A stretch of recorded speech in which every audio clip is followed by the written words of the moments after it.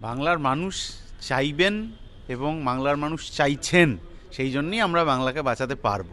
অনেক ঘাম, রক্ত, জল, পরিশ্রম, যন্ত্রণা এবং লড়াই, সেই গোটা নির্যাসটা ওই পতাকার মধ্যে ঢুকে থাকে। কয়লার টাকা, বালির টাকা খেয়ে অভ্যস্ত তাদেরকে ব্যালটটা চিবিয়ে খেতে হলো কেন? কারণ বামেদের ওই ভয় ছিল বলে। এই নিয়োগ দুর্নীতিতে একের পর এক জেলায় এইসব দুর্নীতিকাণ্ডের মাথা ছিলেন শুভেন্দুবাবু। কেন? ওদের সমস্যা একটাই, কে কাকে বেশি পয়সা দিচ্ছে আর কে কাকে কম পয়সা দিচ্ছে। তাহলে তৃণমূলের সরকারকে বাঁচানোর জন্য দিল্লির বিজেপি বা আরএসএস, আপনি যেভাবেই বলুন, তাদের এত তৎপরতাই তো তাদের সেটিংটা প্রকাশ করে দেয়। আর এই রুটি রুজির অধিকার কেন্দ্রের সরকার এবং রাজ্য সরকার দিতে পারছে না বলেই তারা হচ্ছে ধর্ম, জাত, পোশাক। যখন বাম আমল ছিল তখন মতুয়াদের মধ্যে এত রকমের ভাগ ফারাক আপনি দেখেছিলেন? অথচ যোগ্য চাকরিটা যে হয়নি এই সরকারের অপদার্থতা, ইচ্ছাকৃতভাবে। আজকে মন্ত্রী বলছেন, কেন্দ্রীয় মন্ত্রী, যে দুবার নাম বাদ যাবে, আমি পরে নাম তুলে দেবো। এটা তো কোনো ছেলে খেলার ব্যাপার না। দাদা, সামনেই 26শে নির্বাচন, আর এই নির্বাচনের পূর্বেই রাজ্যের শাসক দলের পক্ষ থেকে যে তথ্য সামনে আসে যে একাধিক ভুরি ভুরি দুর্নীতি, নিয়োগ নেই এবং সমাজের যে উন্নয়ন তা মূলত জীবাশ্ম হয়ে দাঁড়িয়েছে। আর তার রক্ষাতেই সিপিআইএম পথে নেমেছিল, যাদের বাংলা বাঁচাও যাত্রা। আমার প্রশ্ন, এই বাংলাকে কি আর কোনোভাবে বাঁচানো সম্ভব? বাংলার মানুষ চাইবেন এবং বাংলার মানুষ চাইছেন, সেই জন্যই আমরা বাংলাকে বাঁচাতে পারবো। যে পশ্চিমবাংলায় মানুষ ভরসা করেছিলেন তৃণমূলকে, যে তারা মানুষের জন্য কিছু ভালো কাজ করবে, প্রচুর একেবারে মিথ্যার ঝুলি হাজির হয়েছিল তো 11 সালে বা তারপরের নির্বাচনে যখন ক্ষমতায় আসছেন, এটা করে দেবো ওটা করে দেবো বলে। কিন্তু চুরি দুর্নীতি ছাড়া, কাটমানি ছাড়া, যোগ্যদের চোখের জল ফেলানো ছাড়া এই সরকার আর কিছু করে উঠতে পারেনি। ফলে যে সরকারের বিরুদ্ধে এত ভুরি ভুরি অভিযোগ, সেই পশ্চিমবাংলাকে বাঁচানোর জন্যই হচ্ছে যে সিপিআইএম এই বাংলা বাঁচাও যাত্রা করেছে। যাত্রা অতীতেও হয়েছে, যাত্রা ভবিষ্যতেও হবে। এই যাত্রাটা গুরুত্বপূর্ণ, কারণ পশ্চিমবাংলাকে যে অবস্থায় করে দিয়েছে, মানে কার্যত একেবারে পশ্চিমবাংলাকে নিংড়ে লুটে নিয়েছে তো এই শাসক দল।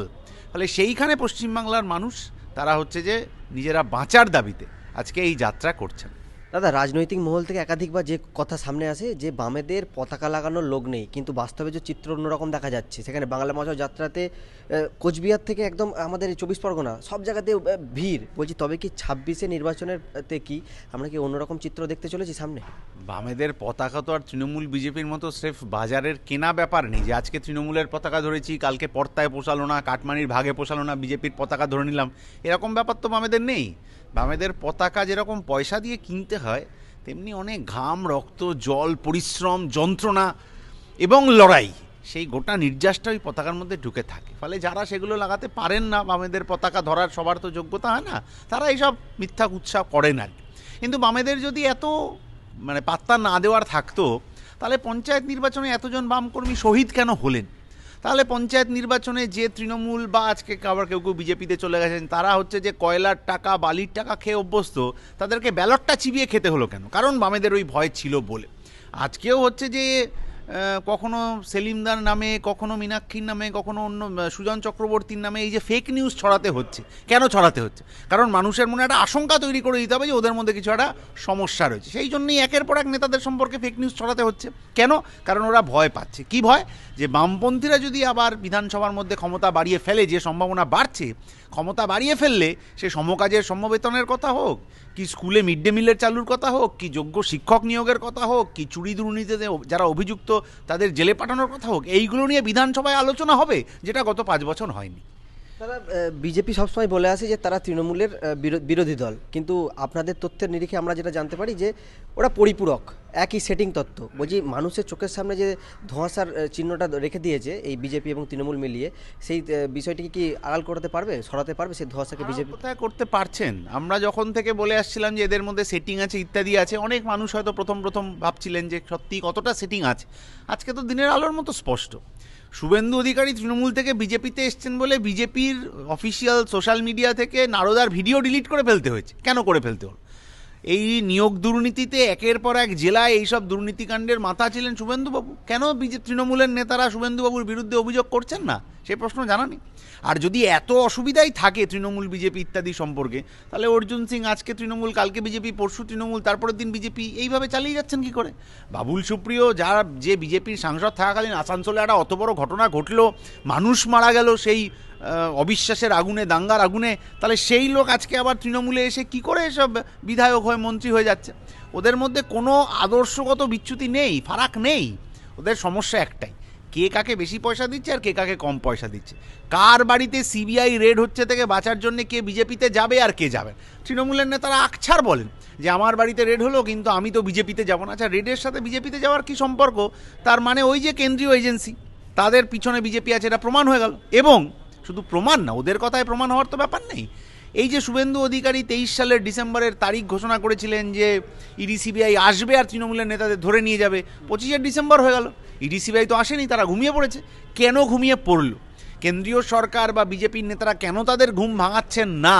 তার ফলে যে অস্বস্তিটা ওদের মধ্যে তৈরি হচ্ছে সেটা আমরা চোখের সামনে দেখছি। বিজেপির রাজ্য সভাপতি বলছেন আমরা হতাশ সিবিআই এর তদন্তে, কিন্তু রাজ্য সভাপতি হতাশ বলার পরেও দিল্লির নেতারা সেই হতাশা কাটানোর চেষ্টা করছেন না। কেন? কারণ তৃণমূলের সরকারকে বাঁচাতে হবে। তাহলে তৃণমূলের সরকারকে বাঁচানোর জন্য দিল্লির বিজেপি বা আরএসএস আপনি যেভাবেই বলুন, তাদের এত তৎপরতাই তো তাদের সেটিংটা প্রকাশ করে দেয়।